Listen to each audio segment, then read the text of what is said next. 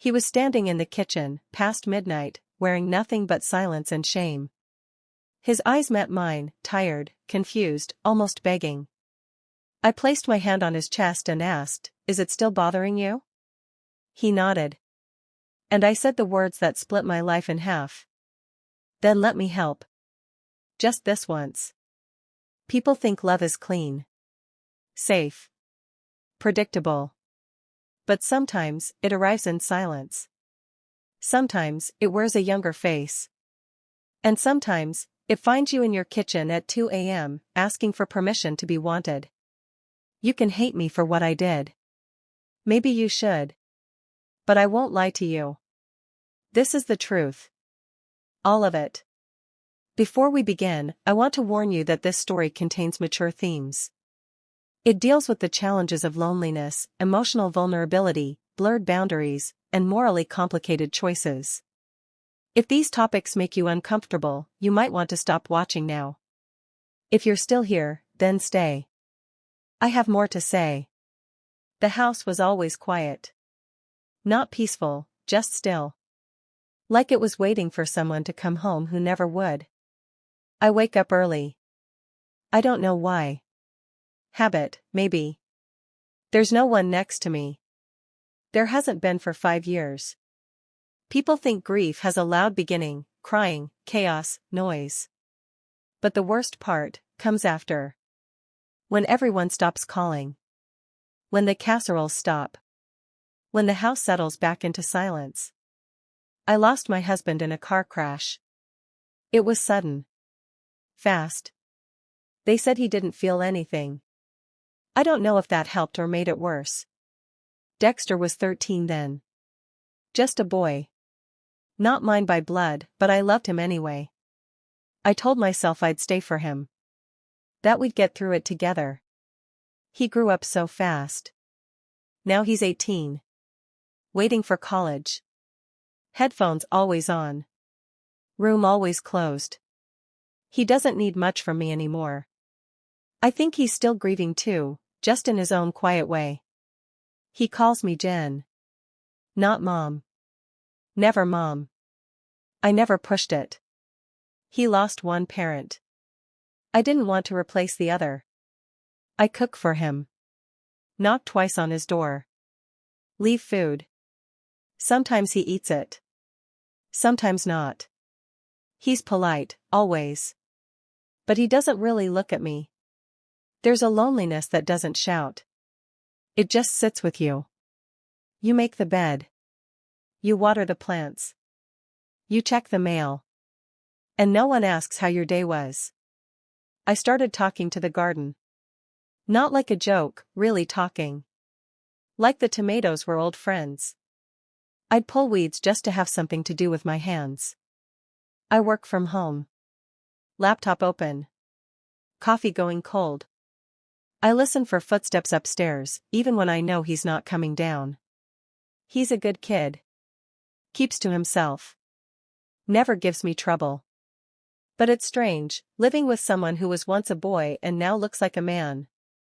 It makes the house feel smaller somehow. Like there's less space for me. Sometimes I wonder what he remembers about his dad. If he remembers me holding his hand at the funeral. If he still sees me as family, or just the woman who stuck around. Grief never really leaves. It just gets quieter. Like dust in corners. You stop seeing it. But it's always there. And me? I got used to being needed. That was my role. Caregiver. Steady hands. But these days, the plates I set go untouched. The words I say fall into silence. He doesn't knock on my door. And I don't knock on his. It was a Wednesday. I remember that, strangely. Late afternoon. The house smelled like garlic and butter. I was halfway through chopping vegetables. I could hear faint footsteps upstairs. Nothing unusual. Dexter moves like a shadow most days. Barely any sound. But something about that moment pulled at me. I wiped my hands on a towel and went to ask if he wanted pasta or rice. Just a simple question. Something to fill the space between us. The staircase creaked under my feet. Light was pouring in through the windows, hitting the floor in soft gold. I wasn't thinking. Just walking. Just moving. His door wasn't fully shut. That's the only reason this happened. It was cracked open, just enough to see in. I shouldn't have looked. But I did. He was sitting at his desk. Shirtless. One hand on the mouse. The other. I froze. His back was to me. His body tense. Focused. The screen glowed in front of him, colors flashing. I didn't need to see the full image to know what it was. I couldn't breathe. Couldn't move. I wasn't supposed to be there. He didn't know. He had no idea. My eyes landed on his skin. Pale, flushed. His arm moved slow, then fast, then slow again. Like he couldn't get where he wanted to go. Frustrated. Caught somewhere between shame and need. There was nothing seductive about it. Just something so human. So raw. He looked like someone trying not to feel alone. And me? I just stood there. Holding my breath like a thief. I didn't stay long. A few seconds, maybe less.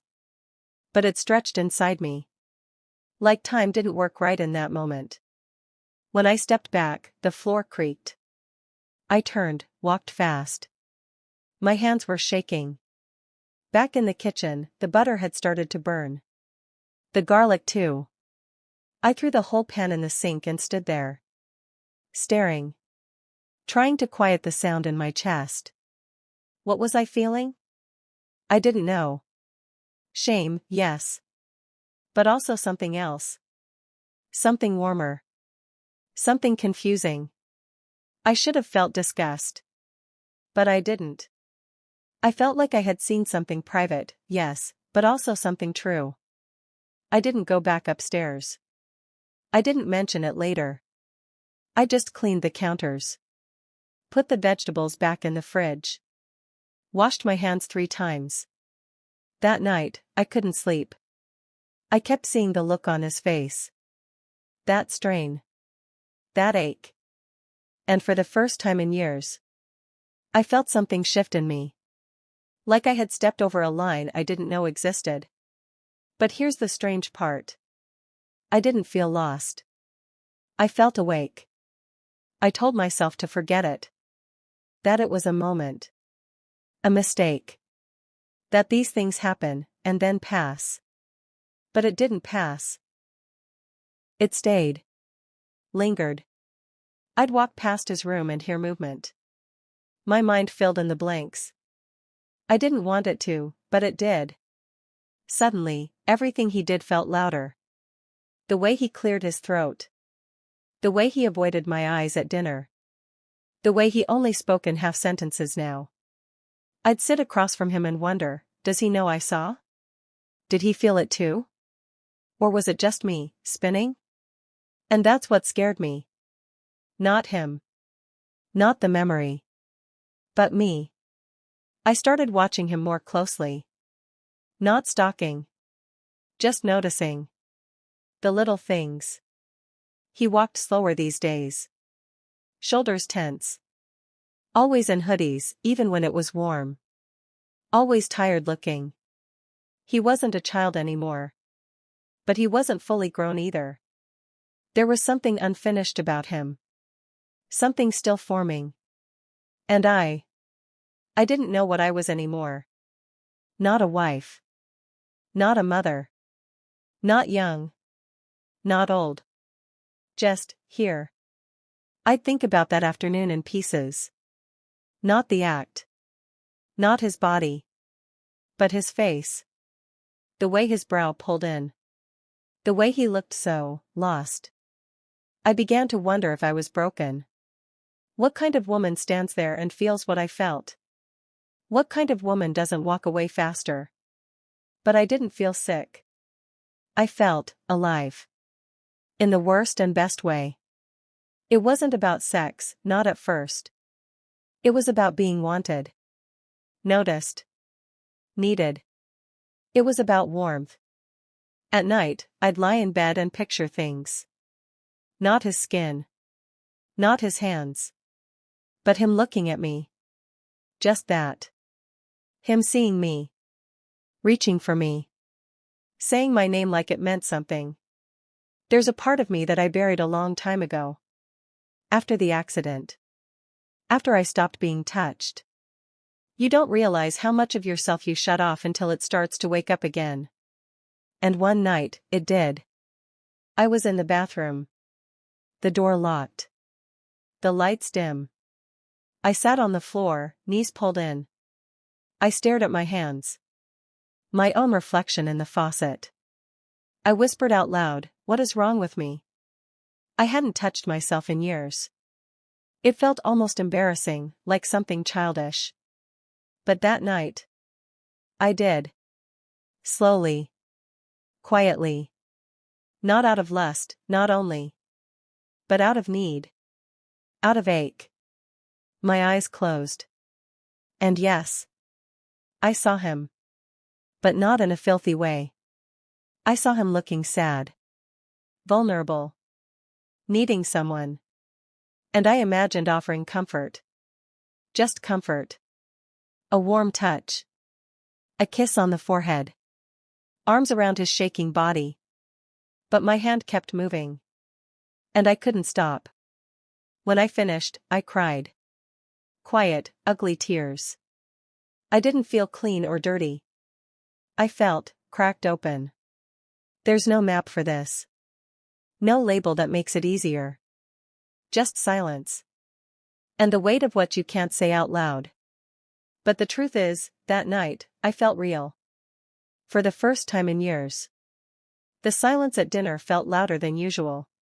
Forks scraping against plates. Water glasses clinking. No words. Just breath and distance. Dexter didn't look at me. He kept his head low, eyes on his food, hands moving too carefully, like he was afraid of dropping something. I watched him push peas around his plate. Bite, chew, swallow. But his jaw was tight. His hands trembled slightly. Just enough to notice if you were really looking. I was. My chest felt tight. Not from shame. From holding something in for too long. I set my fork down. Took a breath. Then said it. Dex, do you want to talk about what happened earlier? He froze. Mid-chew. Didn't move for a second. Then slowly looked up. His eyes were wide. Red around the edges. I didn't mean for you to see. His voice cracked. Just a little. Like it hurt to say it. I reached across the table. Placed my hand over his. He stiffened, but didn't pull away. I know, I said. But I want you to know, you don't have to hide from me. I'm not here to shame you. His hand stayed under mine, still and warm. I could feel his pulse. Fast.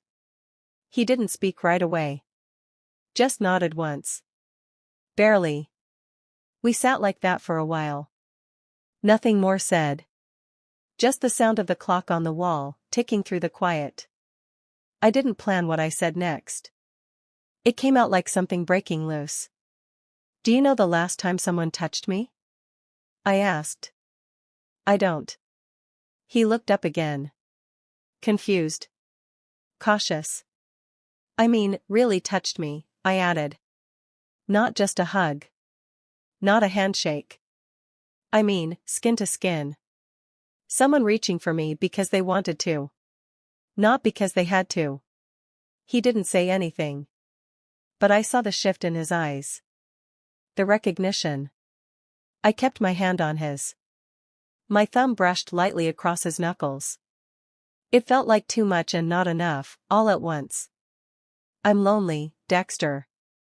I've been lonely for a long time. And I've been pretending I'm fine. But I'm not. His eyes filled, but no tears fell. He just sat there, blinking slow. I'm sorry, he said quietly. I didn't mean to make anything weird. You didn't, I said. That moment, what I saw, it wasn't wrong. It was real. And it made me remember something I'd forgotten, what it feels like to be human. He looked down. Swallowed hard. I could see his shoulders shake once. Just once. Do you hate me now? He asked. No, I said. No, Dex. I could never hate you. We were both trembling in different ways. Two people at a table, no longer hiding, not completely. There were no decisions made that night. No lines crossed. Just a crack in the wall between us. A space where something honest could finally breathe. I don't want us to be strangers anymore, I said. Not if we can be something, kinder. He nodded again. And this time, he didn't look away. It was after midnight. The house was still. The air felt heavy, not hot, not cold. Just waiting. I got out of bed without knowing why. Something pulled me into the hallway. I moved quiet, barefoot, down the stairs. The kitchen light was on. Faint. Just above the stove. Dexter stood near the sink. T-shirt, boxers. His hands gripping the counter like he was trying to hold himself up. I didn't say anything at first. Just watched him. His shoulders were tight. His jaw clenched. He looked like a boy trying to carry something too big. He turned when he heard me. Eyes red. Not from crying. Just tired. Overwhelmed. Can't sleep? I asked. He shook his head. Didn't speak. Is it still bothering you? He hesitated. Then nodded. I walked to him, slowly. I didn't want to scare him. Or myself. I stood close enough to hear him breathe. Then placed my hand gently on his chest. His heart was racing. Then let me help, I said. Just this once. You're not alone anymore. He didn't answer. But he didn't move away. Everything after that felt quiet. Like the whole house was holding its breath. I touched his face, just once. Brushed the hair from his forehead. He looked at me like he was waiting for something. Or maybe like he didn't know what to wait for at all. We stood there, not speaking. Just eyes. Breath. Distance shrinking. He leaned forward first. Not fast. Not desperate. Just, slowly. Like he was asking without words. When our lips touched, it wasn't fireworks. It wasn't some movie scene. It was trembling. Gentle. Careful. The kiss of two people unsure if they should even be doing this, but needing it anyway. My hands moved to his shoulders. His to my waist. We didn't rush. We didn't speak. We just felt. The kitchen light was dim. The tile cold under my feet. Every second felt heavy and strange and real.